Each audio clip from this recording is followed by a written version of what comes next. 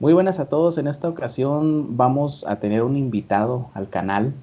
Es un amigo personal, es un analista internacional que a pesar de su juventud tiene una capacidad de visión y un atino en las cosas que dice que la verdad sorprenden a muchos.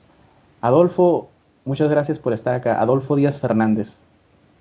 Muchas gracias, Samuel. El gusto es mío y como siempre, cuando me invitan a cualquier programa o canal a colaborar de alguna forma, pues agradezco el espacio y a la audiencia por el tiempo.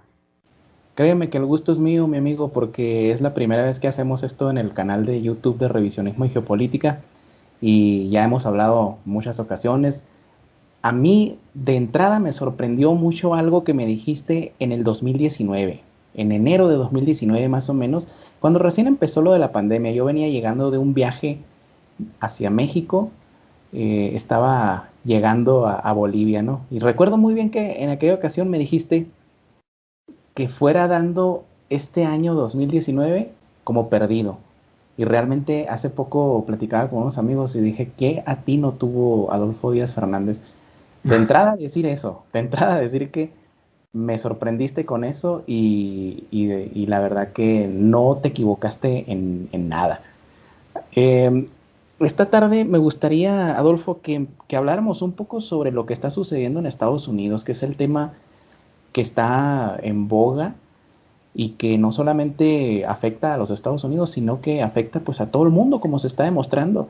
Así es. Todas las personas están pegadas a las pantallas, bueno, las personas que tratan de estar informadas, a ver qué sucede en los Estados Unidos. Hay que decir que hay mucha desinformación, hay muchos canales de YouTube que han sido eliminados por X o por Y, no se sabe si por decir verdades o por decir mentiras, pero no se puede negar que una de las cuestiones que ha estado rondando más este tema, pues es el fenómeno de Q. ¿Qué opinas de eso?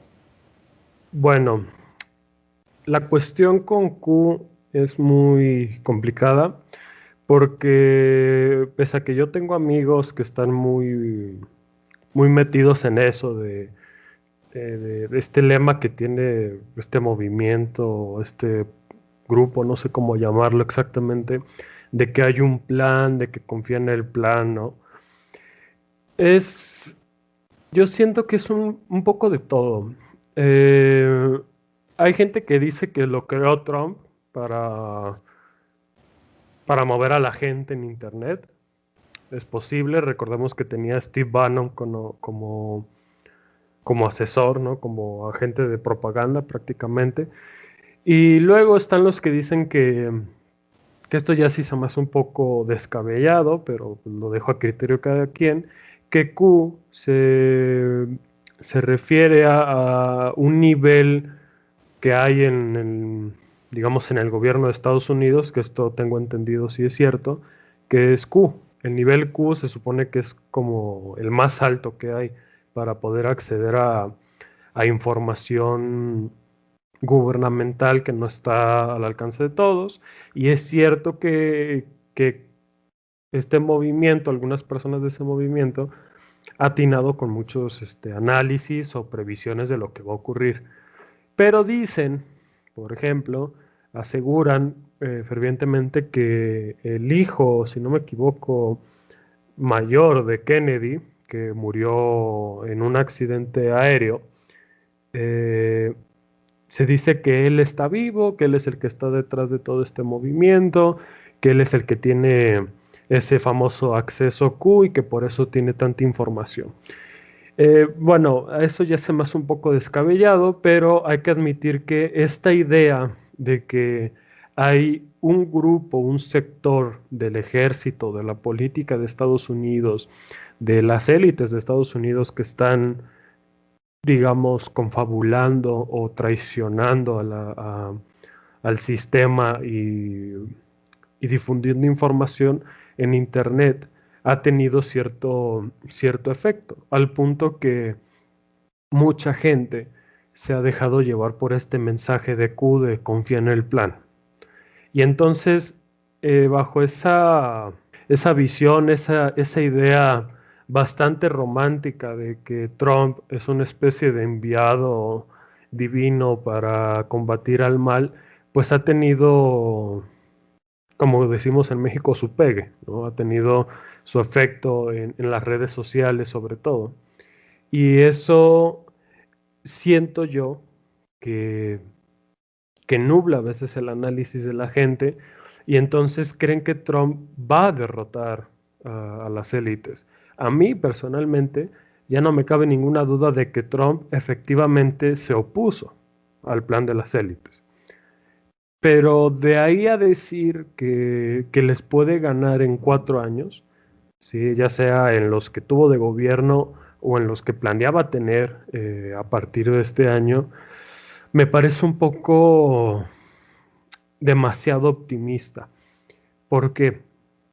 Porque entendamos que esta gente a la que se opuso Trump no lleva construyendo el mundo que hoy vemos desde la semana pasada. ¿Sí? Lo lleva construyendo por lo menos desde, ¿qué te gusta? 1776, ¿no? Cuando fue la independencia de Estados Unidos, precisamente, a través de las revoluciones y de la fragmentación del Imperio Español, etcétera, etcétera. Llevan construyendo este mundo desde aquel entonces, desde el triunfo del liberalismo, en pocas palabras.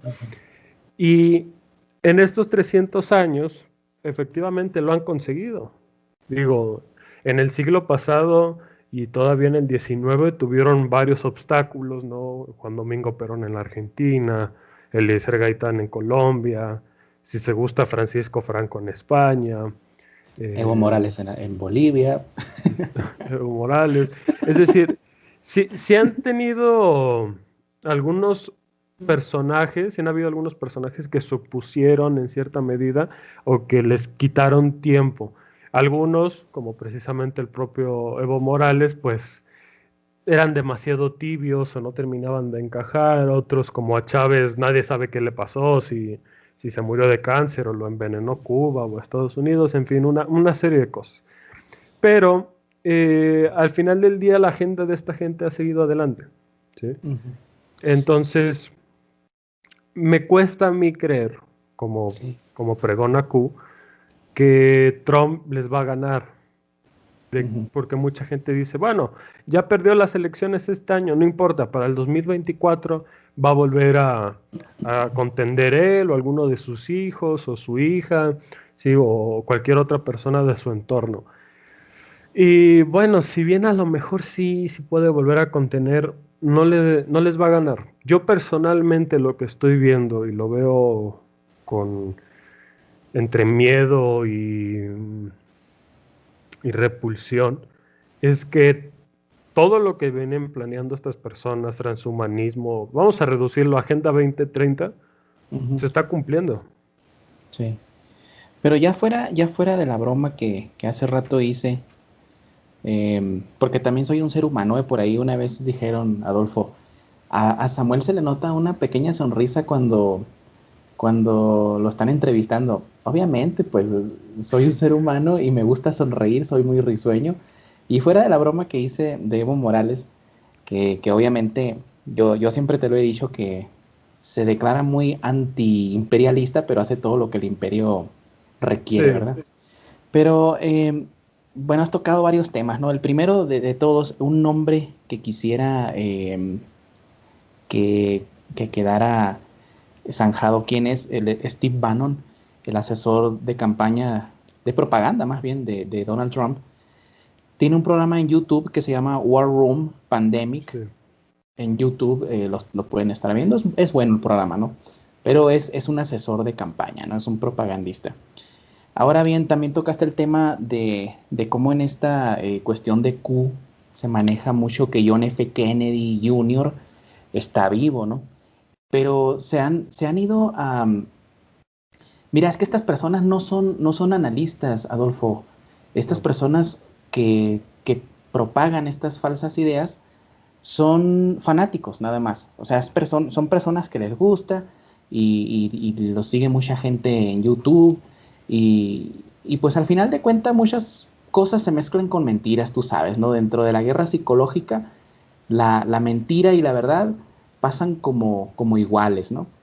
Entonces, han llegado a la fantochada de decir que incluso John F. Kennedy, padre, a ese que vimos en la televisión, que le tumbaron la cabeza en televisión abierta, pues está vivo.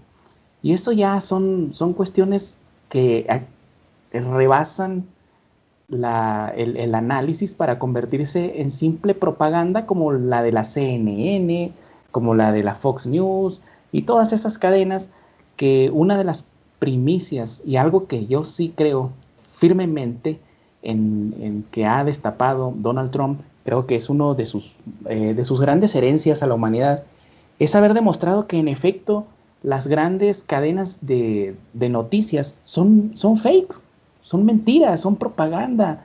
Cualquier persona en YouTube puede informar mucho mejor que esos aparatos grandísimos de manipulación mediática como lo son la CNN, la Fox News y absolutamente todas, ¿no?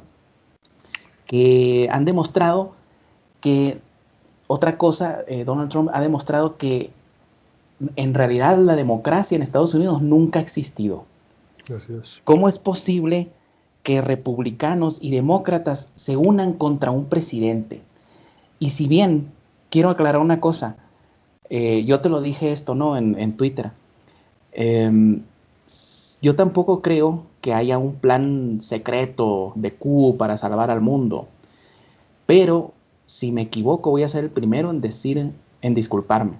Claro. Ojalá, la verdad que ojalá hubiese un plan para salvar al mundo de todos estos psicópatas que nos gobiernan, estas personas que como tú bien dices están impulsando el gran reseteo, la Agenda 2030, el transhumanismo, la homosexualización de nuestros hijos, el, el ID 2020, etcétera, ¿no? Tantas y tantas cosas que al final de cuentas ejercerían más control bajo el que ya estamos los seres humanos, ¿no? Mira, mucha gente dice que desgraciadamente después de la derrota de Donald Trump, el comunismo se va a ir sobre los Estados Unidos, pero algo que ha demostrado Donald Trump es que Estados Unidos también era comunista. Todas las ideas que hay en Estados Unidos son absolutamente comunistas, Adolfo. Tanto republicanos como demócratas han demostrado que, no sé si te acuerdas, en el año 1948, cuando publica Francis Parker Yockey su libro Imperium, pues lo tacharon de nazi, lo tacharon de racista, lo tacharon de esto y lo otro. Y la primicia de ese libro es que explicaba cómo el comunismo iba a tomar el poder en los Estados Unidos y en el mundo, y sin embargo murió envenenado en una cárcel. Estados Unidos siempre ha sido comunista, por desgracia. Y yo sé que va a salir un pavo por ahí a decir, está loco el Samuel, ¿no? Pero la realidad nos aplasta. ¿Cómo es que sale de pronto un personaje como Donald Trump y quiere hacer algo mínimo en 4 años, que es preocuparse por su nación, y de pronto izquierdas y derechas se le echan encima? No hay democracia, Adolfo, en Estados Unidos. Lo que hay es un comunismo disfrazado de democracia. Fíjate, para desglosar, y sobre todo para terminar con la cuestión de Q, eh, efectivamente son fanáticos y es propaganda la mayoría de cosas que hace Q, pero a mí me preocupa mucho que en general se ha estado tratando todo con una narrativa de película y a lo mejor no estás de acuerdo conmigo, pero Q precisamente ve sus videos, ve lo que escriben y todo lo ven como si estuvieran en una película, como si hubiera una especie de guión en los que ellos son los héroes que van a salvar al mundo del mal y demás.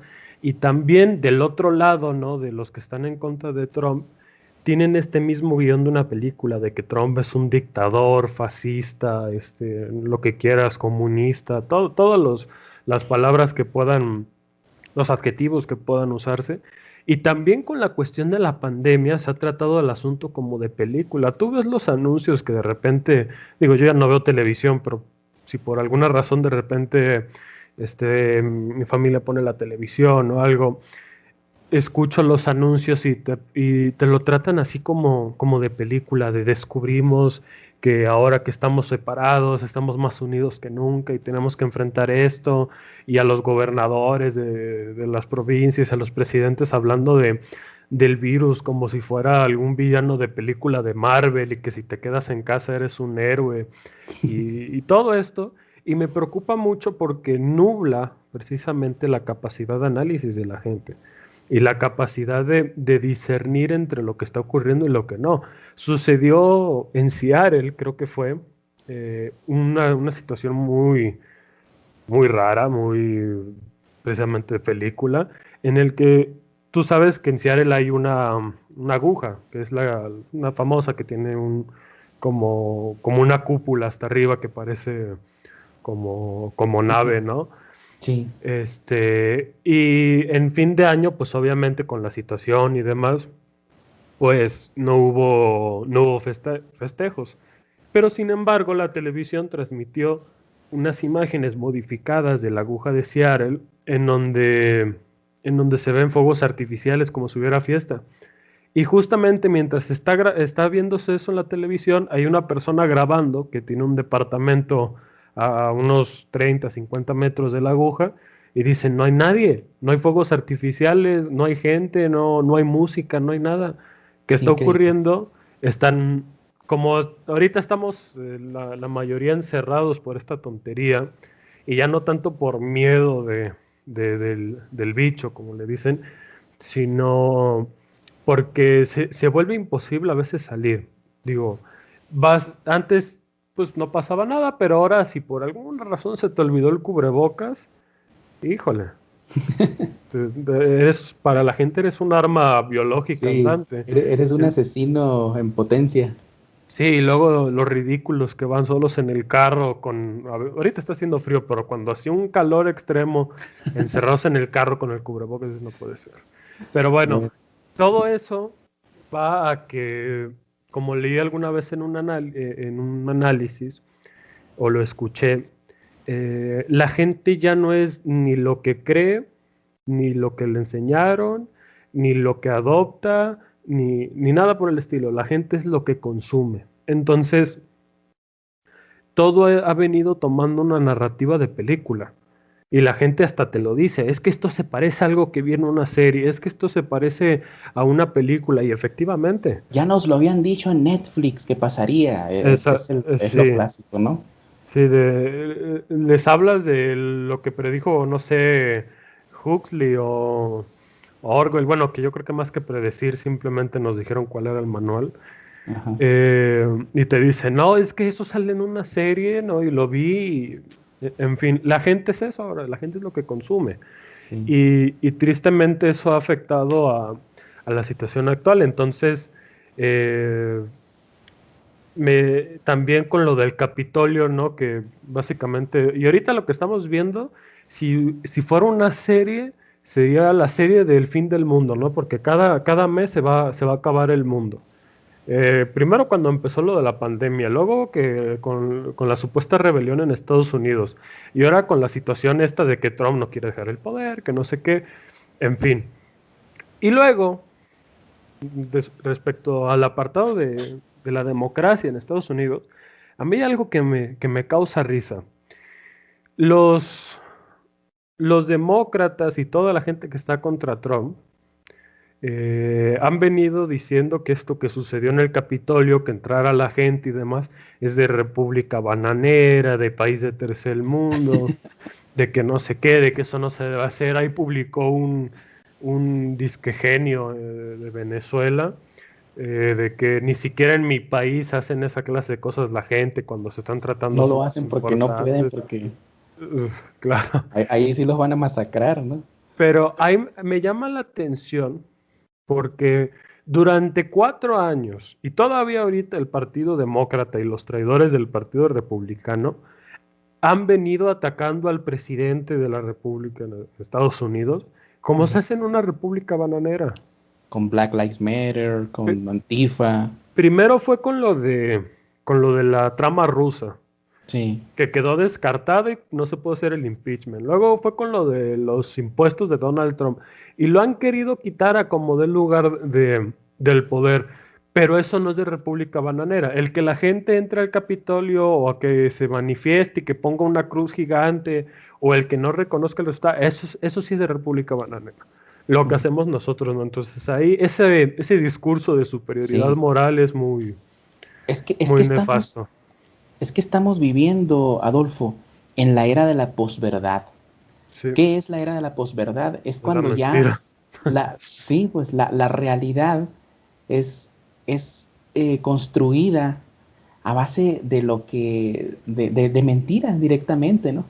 Ya no hay verdad, ya no existe el, el decir yo vi esto, yo vi que no había, como el ejemplo que pones, ¿no? De esta persona que grababa mientras no había nadie y estaban supuestamente en la televisión los fuegos artificiales. Eso sucedió aquí en Bolivia cuando hubo la cuestión esta de que Evo Morales se quiso robar las elecciones y como el gobierno de Argentina es también muy progre como el de Evo Morales, muy comunista, vamos a ponerlo así, ¿no? Pues luego mandó a sus medios de comunicación y vieras, se ponían con 5 personas y ya sabes, como a la gente hoy en día piensa que la verdad empieza en el lado izquierdo de la pantalla y termina en el lado derecho, pues esa es la verdad, ¿no? Sí. Entonces ponían personas y luego después con efectos especiales le ponían el humo de los gases, etcétera. Y había gente, afortunadamente hay gente, todos traen un teléfono, ¿no? Y los grababan y pues se veía que era pura mentira, ¿no? Pero ya para zanjar este tema, Adolfo, me gustaría que entráramos en la cuestión de las elecciones, muy breve, porque luego quiero pasar a lo que está aconteciendo ahora, ¿no? A lo que es la cuestión postelectoral. Ya sabemos que no podemos decir la palabra fraude, así que no la vamos a decir, porque luego YouTube nos va a acusar, ¿no? Bueno, afortunadamente somos pocos en el canal, ¿no? Eh, ¿Cómo viste el desarrollo de las elecciones? Yo te voy a adelantar algo. Yo parece que vi una copia de lo que sucedió aquí en Bolivia. Un robo infantil flagrante así. Pero tú, ¿qué opinas desde tu perspectiva? Mira, yo honestamente, cuando empezó, bueno, antes de que fueran las elecciones, yo estaba segurísimo de que Trump iba a arrasar. Es decir, me parecía que íbamos a ver un efecto tipo el que se vio en México con López Obrador, de que la gente que estaba en las boletas decía, es que es increíble que por cada 100 votos sale apenas uno, de que por cada 100 votos para López Obrador salía uno para Naya, otro para mí. Yo pensé que íbamos a ver algo así, de que no había forma de, con todo el apoyo que ha demostrado que tiene Trump, porque Trump sí tiene apoyo de verdad, Sí. este, era imposible que le hicieran un fraude. No me imaginaba eso, y si me lo imaginaba, no me lo imaginaba de forma tan descarada.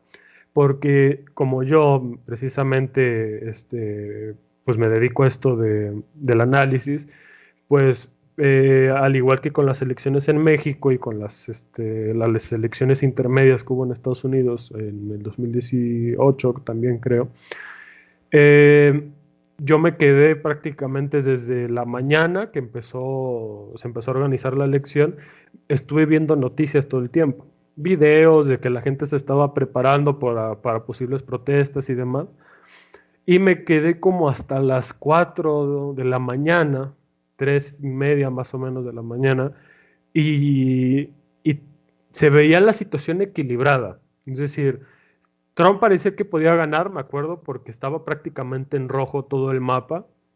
Y a la mañana siguiente que me desperté y lo primero que hice fue agarrar el teléfono, oh sorpresa.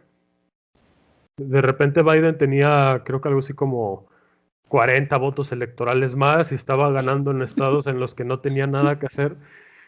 Eh, y yo dije, pues no puede ser, ¿no? Quiero pensar que lo que está ocurriendo es como pues están llegando los votos y demás del conteo electrónico, pues se está Ujú. equilibrando la máquina, pero no.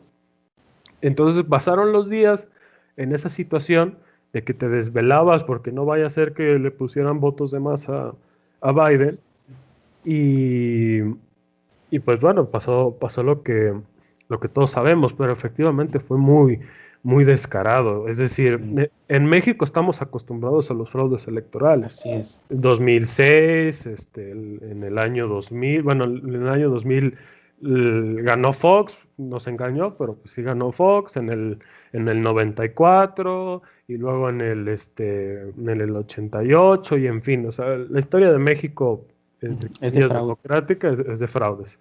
Entonces en México ya estamos acostumbrados más o menos a cómo se maneja un fraude, pero incluso bueno, no, creo que fue igual de descarado que el fraude del 2006, de que te podrá gustar o no López Obrador, pero yo creo que todos estábamos conscientes de que tenía que ganar la elección del 2006, o sea, Sí. juntó más de 1 millón de personas en la capital, cosa que fue un momento histórico para la política mexicana, y de repente Felipe Calderón lo rebasó por algo así como 1.4% de votos.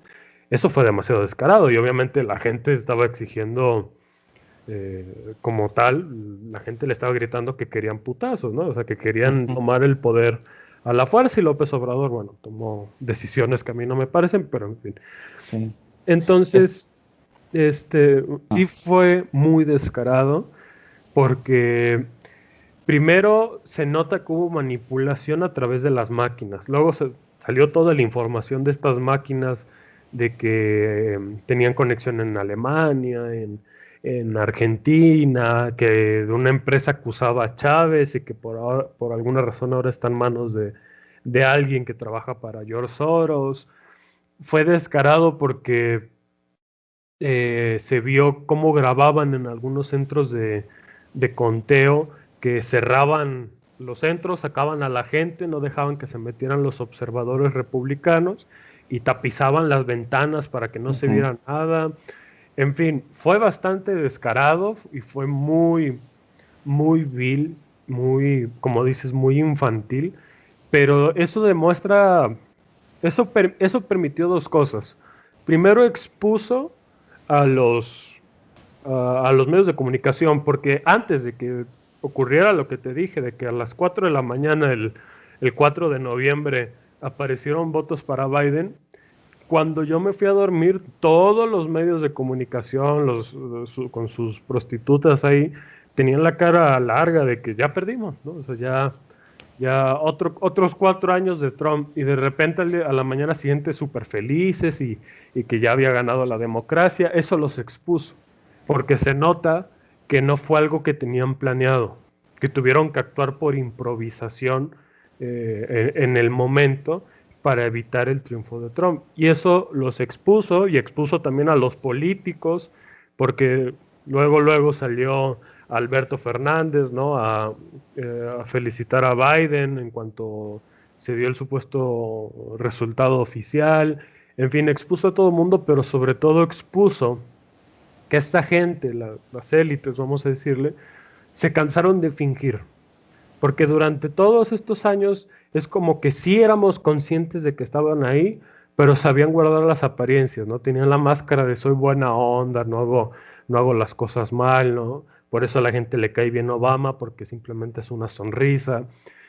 Y con esta situación dijeron, ¿sabes qué? Ya me cansé de fingir y si tengo que evitar que Trump sea presidente a las malas, matando gente si es necesario, lo voy a hacer.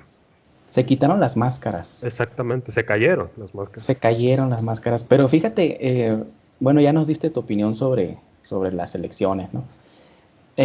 Yo tuve bueno, soy mexicano, ¿no? Imagínate cuánto tiempo con el fraude, ¿no? Yo le explicaba a una periodista mexicana sonorense que me entrevistó cuando recién sucedió lo del fraude acá en Bolivia, que el fraude aquí, no sé si alguna vez Evo Morales se hubiera visto, bueno, diciendo Evo Morales, me refiero a toda la estructura del movimiento al socialismo, del MAS, ¿no? El partido de Evo Morales.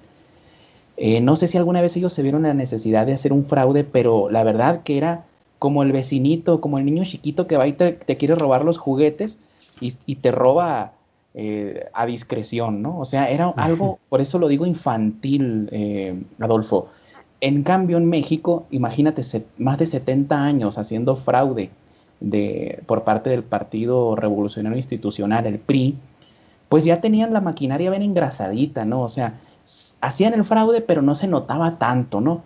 Eh, como guardaban las apariencias, ¿no? Guardaban las posturas. Sí. Pero, como dices, cuando llega López Obrador, pues ya era inevitable, ¿no? Yo creo que si esta vez le hubieran vuelto a robar al señor, que nos caiga bien o nos caiga mal, pues ganó bien, sí hubiera habido violencia en México. Ahora, cuando en Estados Unidos se caen los sistemas, se va la luz o dejan de contar porque hubo una fuga por allá en la casa de Doña Shona, que está como a cuatro, como a 4 cuadras, ¿no? Que eso sucedió en uno de los lugares donde estaban haciendo el conteo y que dejan de contar. Es una copia exacta de lo que sucedió aquí en Bolivia. Se van también iba ganando Mesa, que era el candidato de Comunidad Ciudadana, que era el adversario principal de Evo Morales. De pronto se va a la luz, lo que nunca sucede, se va a la luz y regresa Evo Morales con un 50% más. O sea, ya por poco rebasaban el 120% de votos que no había, ¿no? Algo muy parecido sucedió en Estados Unidos cuando se viene todo este volcado de votos. Por eso, y aquí es una cuestión en la que siempre tuvo razón Donald Trump, el voto por correo estaba hecho para Sí. hacer fraude. Y aclarando una expresión que hiciste, Adolfo, cuando dijiste que estaban los medios de comunicación con sus prostitutas, es una expresión que nosotros los analistas de la línea de Adolfo y mía utilizamos mucho porque John Sweeton, un famoso eh, periodista, ¿no? Que nació en 1829 y murió en 1901, o sea, bastante antiguo, es muy famoso porque dio una frase en la que dijo que no existía lo que se llamaba prensa independiente, Sí. sino que simplemente ellos eran prostitutas intelectuales que estaban al servicio de quien les pagara, así de sencillo. Entonces, esa expresión no vayan a pensar que es una expresión negativa por parte de Adolfo ni mía, sino que es muy válida y además ellos lo saben, todos los periodistas, cuando tú les mencionas a John Sweeton, ellos ya saben que les estás diciendo prostituta intelectual, ¿no? Vendidos, ¿verdad? Pero bueno, luego ya sucede todo esto, ¿no? El robo descarado, de República Bananera, pero vamos a decir, ¿quién creó las repúblicas bananeras? De Fue Estados el dominio de Unidos. los Estados Unidos, ¿no? Entonces ellos son los maestros en ello. Sí. ¿Quién ha sido el maestro de la manipulación, del fraude y de los golpes de Estado en otros países bananeros, por decirlo así? Los Estados Unidos, o sea que nadie les va a enseñar a hacer un golpe de Estado dentro de su territorio, ¿verdad? Pero bueno, sucede, ¿no? Luego empieza perdón, Evo Morales, iba a decir. Donald Trump empieza a alegar el fraude muy válido. Todas las pruebas que se entregan, Adolfo, en las cortes, todos los videos, todos los testimonios, toda esta avalancha de pruebas, ¿por qué las desestima así tan sencillo el aparato gubernamental de los Estados Unidos? ¿Por qué toma partido por algo que sabemos todos que es una verdad avasallante? Por qué sucede esto, Adolfo? Mira, yo, yo dije en Twitter hace poco que, basándome en lo que estaba ocurriendo en Estados Unidos, que primero parece que Trump ganó en el 2006 en el 2006, en el 2016 porque no se lo esperaban. Nadie se lo tomaba en serio. De hecho, hay un meme buenísimo que hicieron los gringos en donde se ve toda la recopilación de periodistas y políticos y actores y, en fin, el sinfín de voceros del sistema diciendo que era imposible que Trump fuera presidente de Estados Unidos y luego se ve cómo gana, cómo avasalla en las elecciones. Sin embargo, más bien yo creo, como dicen, que no estaba preparado el sistema para esa situación. ¿Por qué? También, para explicar eso, en un tweet hace unos días dije que el sistema es como un circuito de Fórmula 1. Y cuando tú entras al circuito, este circuito te van a dar a ti un caballo. un caballo escuálido, viejo y enfermo, ¿ok? Ellos saben que las posibilidades de que tú ganes pues son ínfimas, porque el circuito es de Fórmula 1 y es imposible que un caballo en esas condiciones le pueda ganar un vehículo de Fórmula 1, ¿estamos de acuerdo? Entonces, te dan el caballo y te dejan competir, porque saben que vas a perder. Pero si por algún azar del destino llegaras a ganar, por alguna intervención divina, tu caballo consiguiera ganar la carrera, lo lógico es que te den a ti el premio. ¿Pero cuál es el problema? Es una carrera de Fórmula 1. Ellos inventaron las reglas de esa carrera. No estás corriendo con un vehículo de Fórmula 1 y entonces rompiste las reglas. Por más que tú merezcas el premio, no estás jugando con las reglas de ellos. Y eso fue lo que ocurrió ahora. Ya estaban preparados para actuaron improvisadamente, como dije, pero ya tenían en la cabeza la idea de eventualmente va a ocurrir algo y esta vez no lo vamos a permitir. Entonces, como su juego, su circuito, sus reglas, es prácticamente imposible que les ganes. No tiene sentido competir en su cancha porque siempre te van a ganar. De una u otra forma, aunque tú ganes, ellos siempre van a encontrar la forma de ganarte porque como dicen, pues la mesa está volteada, ¿no? La baraja está arreglada, las fichas están puestas a conveniencia, como gusten decirle. Ellos ya tienen el control prácticamente absoluto de la situación.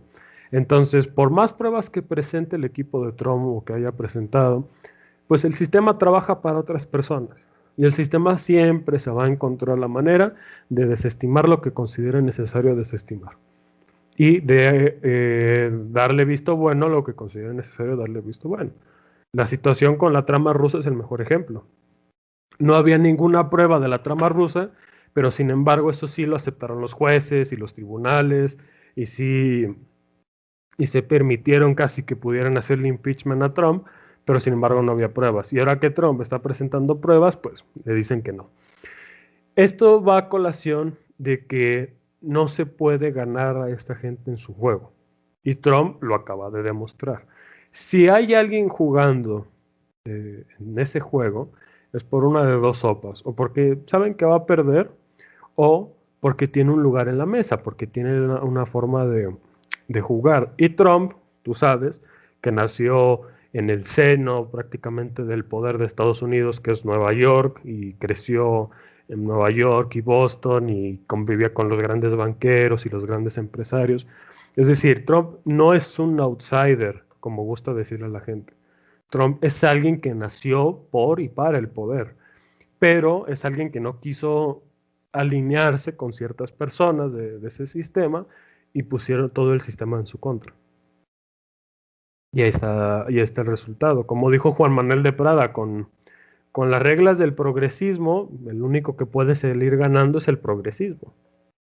Haz de cuenta que ellos ponen las reglas y exactamente como tú lo explicas, ¿no? Como pones la analogía de las carreras de NASCAR, ¿no?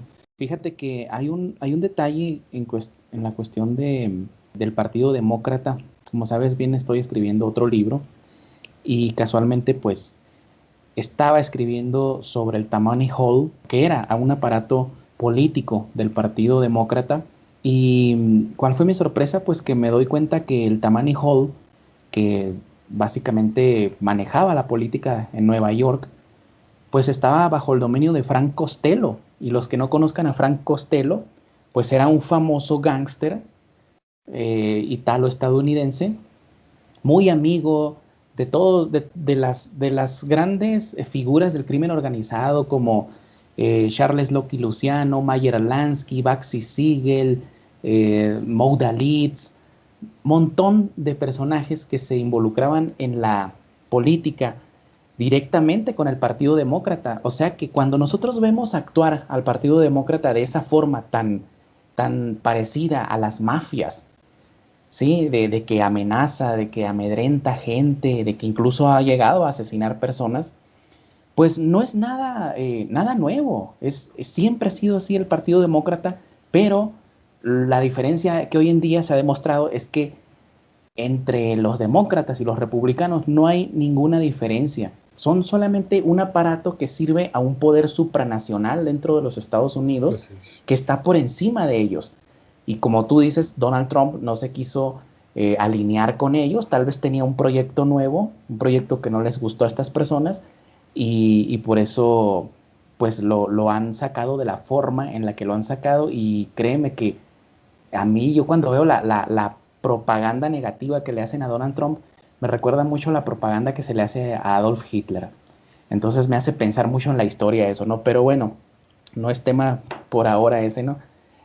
Antes de despedirnos, Adolfo, eh, ¿cuál es tu visión de lo que viene? Porque según estas personas han estirado mucho la versión de que hay un plan, de tal forma de que, no sé, si Donald Trump llega y se tropieza, era parte del plan, para que cayeran los que se querían burlar de él y después van a ir a la cárcel. Entonces han estirado esta versión al grado de que ya estamos a 6 días de que, bueno, Joe Biden ya fue ratificado por el Congreso, nos guste o no, porque a mí de plano, si no me gusta Donald Trump, mucho menos me gusta Joe Biden, que es un Claro. comunista abierto, y mucho menos Kamala Harris, pero hay gente que todavía sigue, por ejemplo, aquí estoy viendo a mis respetos para Rafael Palacios, pero siguen subiendo información de que detuvieron a fulanito de tal, que sale un video en el que los antifas están preparando el asalto al Capitolio, esto y lo otro. ¿Tú qué piensas desde tu punto de vista de analista, no de fanático? ¿Qué va a suceder? ¿Vamos a tener un milagro en el que Donald Trump va a seguir en el poder? Mira, hace poco, de hecho, hace 2 días, leí una carta de Tolkien que compartí, un fragmento, en la que Tolkien dice que él es católico, ¿sí? Él es cristiano, católico, ¿sí? Apostólico. Entonces, por ello, en su fantasía, en su obra, en realidad lo que Tolkien narra, si tú prestas atención, es una larga derrota. Es una larga derrota de todas las razas de la Tierra Media y prácticamente de los hombres, ¿sí? Pero es una larga derrota que muestra atisbos de la victoria final. Esto es una alegoría, ¿sí? A prácticamente la Biblia, en donde la Biblia nos avisa, nos dice que cuando venga el Hijo del Hombre a la tierra nuevamente encontrará fe sobre la tierra, encontrará fe en los hombres. ¿Por qué? Porque es claro que esta gente va a ganar. ¿Sí? Y no quiero con esto desanimar a las personas y no quiero que tomen con esto una actitud nihilista de, bueno, pues si ya se va a acabar el mundo, pues ¿para qué nos preocupamos? No, todo lo contrario. Es una, es una muestra, pues, de que efectivamente lo que estamos viendo es una larga derrota. Lo que llevamos viviendo durante estos últimos 300 años, 400 años, es una larga derrota, que cada cierto tiempo nos muestra atisbos, ¿no? De la victoria final. El, las famosas señales del fin de los tiempos, más que preocupación, más que una situación para preocuparse, debería ser una situación para alegrarse. Alguien dijo por ahí en son de broma que, que lo de Estados Unidos no es el fin del mundo, ¿no? Que el fin del mundo sería mucho más agradable y sí, estoy totalmente de acuerdo. Pero con esto quiero que la gente entienda por qué yo no soy tan optimista. Porque yo no veo en el plazo, perdón, inmediato, es decir, de aquí al 2040, 2050, yo no veo la probabilidad de que el nacionalismo tome la fuerza necesaria como para quitarse a esta gente de encima. Y mucha gente me va a decir, pero es que antes alguien pudo hacerlo temblar, sí, lo pudo hacer temblar, pero ¿a qué costo? Es que este país se opuso, sí, y ese país terminó bombardeado, le cayeron 2 bombas atómicas. Es decir, ¿cómo se supone que se piensa ahora que con debatir las situaciones, que con diplomacia se va a derrotar a este enemigo. Lo vimos en Argentina, gente. En Argentina los celestes, ¿no? Los que estaban en contra del aborto, siempre ganaron los debates en el Congreso y en cualquier situación. ¿Y qué dijo el Congreso y qué dijeron los políticos? Pues la verdad no me importa si ganaste el debate o no, qué bonito hablas, ¿verdad? Pero la agenda es esta y se va a aprobar el aborto, te guste o no te guste. Y la gente que estaba en contra del aborto, en vez de, de aprovechar el momento de furia colectiva y haber tomado el Congreso, ¿sí? Y prenderle fuego o algo, yo qué sé, como dije en una entrevista que me hizo mi amiga Alejandra Ortega, ¿la gente qué hizo? No, no, ya perdimos, hay que esperar a las siguientes elecciones, a lo mejor tenemos más suerte. Voy a regresar a Twitter a seguir vertiendo quejas, pero ya hasta ahí lo vamos a dejar. Y como saben que en el fondo los buenos no vamos a hacer nada o vamos a hacer muy poco para evitar el triunfo del mal, pues a esta gente no le interesa cuántos debates ganas, no le interesa si tienes la razón o no, van a imponer lo que quieren. Ahora, lo que estamos viendo en Estados Unidos es exactamente lo mismo. Llevo un año ya prácticamente escuchando que en Estados Unidos la gente se va a levantar, que en Estados Unidos los patriotas que están armados hasta los dientes van a tumbar al gobierno, van a evitar las cosas, y no, discúlpame, no lo he visto. Tomaron supuestamente el Capitolio y hicieron su fiesta y demás. Era para, a lo mejor yo soy muy radical, pero era para secuestrar prácticamente a la gente que estaba en el Ya Congreso. estaban ahí, o sea, si ya estaban ahí, si ya se metieron, por decir, y nos vamos con la versión de que eran antifas, que es muy seguro, porque Sí. se han visto fotografías donde estaban y ya han detenido, de hecho, algunos personajes que estaban en la toma, pues ya era, si estaban las puertas abiertas, era eso que dices tú. No, no vamos a pecar, no estamos llamando a la violencia, pero la situación se prestaba para eso. Sí. Entonces, no hay. Lo que pasa es que hoy en día, desgraciadamente, las redes sociales son un arma de doble filo, ¿no? Por una parte sirven para el activismo, porque sí, hay manuales para el activismo en Twitter, manuales para el activismo en Facebook, pero también han sembrado la idea de que ya eres un patriota por estar viendo videos de YouTube, ¿no? O estar tuiteando algo, ¿no? Son los llamados patriotas de sillón. Sí. Entonces, eh, todo esto que ha sucedido, que nos explicas tan bien, eh, Adolfo, antes de continuar, perdón, quería hacer un apunte. R.R. Tolkien, al que se refiere Adolfo, es el escritor de las El Señor de famosas los novelas Anillos. del Hobbit y del Señor de los Anillos, ¿no? Pero bueno, ha hecho este apunte. Eh, sí es cierto que muchas veces las cosas que decimos nosotros desde un punto de vista, pues más pausado, porque fíjate una cosa, Adolfo, yo no había tocado este tema. Yo he estado con otras cosas en mi canal y todo esto, no lo había tocado para nada porque no es tiempo, las cosas están muy calientes, Sí. entonces ni siquiera te voy a faltar tal vez a nuestra percepción, pero ni siquiera los más grandes analistas han sido capaces de visualizar lo que está pasando. Tú ves un programa en televisión que supuestamente, o en un canal de YouTube, que supuestamente es un canal serio y cae en este maniqueísmo, ¿no? Cae en esta exageración. Pero no es que seamos negativos, ¿no? Por ahí Joaquín Bochaca decía que un pesimista es un optimista bien informado. Entonces, hay que mejor calmarnos y analizar las cosas desde fuera, ¿no? Sí. Desde una vista mucho más amplia, tratar de enfriar la sangre y llevar las cosas a la mesa y analizarlas tranquilamente. Se nos está yendo el tiempo, Adolfo, pero me gustaría, antes de despedirnos, nos mencionaras lo que se está haciendo en la era de México, porque no lo mencioné al principio, pero Adolfo es fundador, director y columnista del medio de información mexicano, independiente totalmente, La Era de México, en el cual orgullosamente soy columnista, gracias a tu invitación. Y me gustaría que nos explicaras qué es lo que se está haciendo por ahora, cómo están abordando la situación ahí en la Era de México. Pues mira, yo desde que empecé con este proyecto, me comprometí a algo, a varias cosas, pero particularmente a no contribuir a la infoxicación de las redes sociales.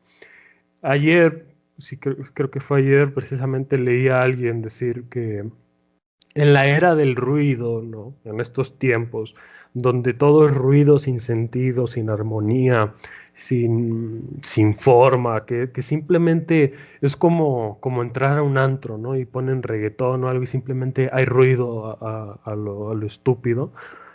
Lo mejor que uno puede hacer en ciertas situaciones es callarse, hacer silencio.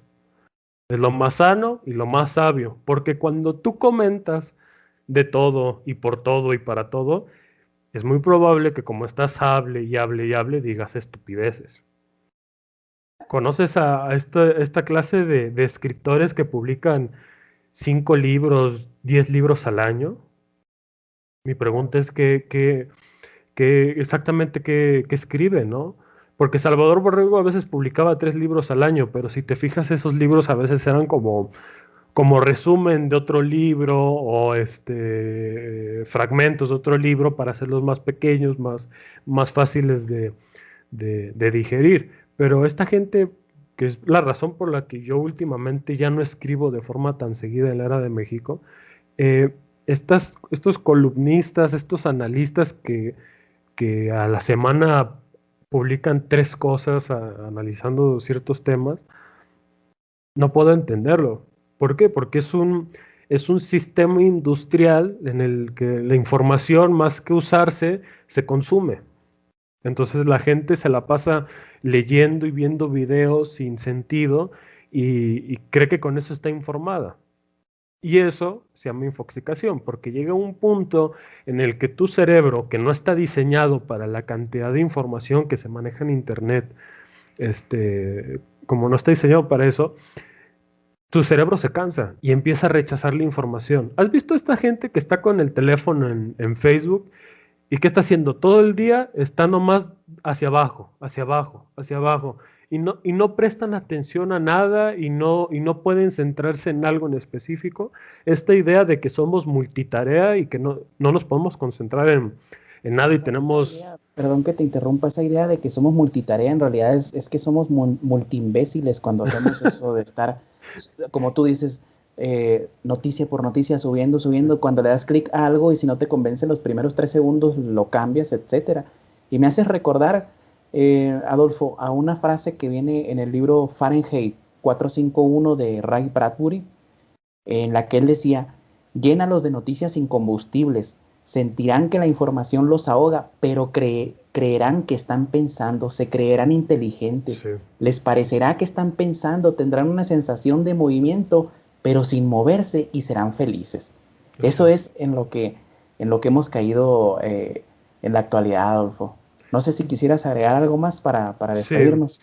es para terminar con este tema de la Edad de México. Entonces, bajo ese principio de que no queremos contribuir a la infoxicación, hemos reducido la cantidad de notas que publicamos en nuestro canal de Telegram y en nuestra página y en Facebook y en donde sea que esté la Era de México. Y nos hemos enfocado en sí, vamos a dar noticias, pero vamos a dar noticias importantes y sobre todo, más que noticias, análisis serios de la situación que está ocurriendo. Y entre esos análisis, pues un poco de doctrina, ¿no? Ponemos de repente fragmentos de algún libro de Juan Domingo Perón, de Leonardo Castellani, de Salvador Borrego, de José Vasconcelos. ¿Por qué? Porque si nos las pasamos todo el día publique y publique y publique y publique cosas de lo que está ocurriendo en Estados Unidos, que no tenemos ni idea de lo que está pasando, simplemente por poner un ejemplo, salió una nota de que Pelosi había mandado a poner la bandera media asta por la muerte de un policía. Pero espérame, constitucionalmente el único que puede poner la orden de que la bandera está media asta es el presidente de Estados Unidos. Y entonces hay otra nota que dice que Trump puso la bandera media asta por la muerte de 4 personas. Entonces, ese ruido constante de que no sabemos qué está pasando, pero estamos escuchando diferentes versiones, lo hemos querido evitar y entonces, pues, nos concentramos en lo nuestro, ¿no? entre los cambios que pienso hacer en la era de México, es dejar en claro que más que un simple medio de comunicación, queremos que es un medio de formación doctrinaria, un canal de formación doctrinaria nacionalista, de tercera posición, en donde la gente, más que estar simplemente consumiendo información, aprenda algo. Y por eso a lo mejor algunos consideran que no tratamos el tema con la intensidad de lo que está ocurriendo, pero es que si lo hacemos podemos caer en el error de contradecirnos, ¿no? De publicar noticias falsas, como dije, de decir alguna estupidez. Entonces, para evitarlo, pues nosotros seguimos como siempre, ¿sí? A no ser que el día de mañana explote algo en Estados Unidos o cosas por el estilo, cuando son cuestiones muy urgentes, pues claro que tocamos la situación. Pero en fuera, nosotros estamos con nuestra agenda, con nuestras ideas, y evitamos preocuparnos nosotros, los que trabajamos en el área de México y a quienes nos leen, preocupar a la gente demasiado de lo que está ocurriendo, ¿sí? Porque yo ya tengo esta posición clara de que en el plazo inmediato no va a haber una victoria de nuestra parte.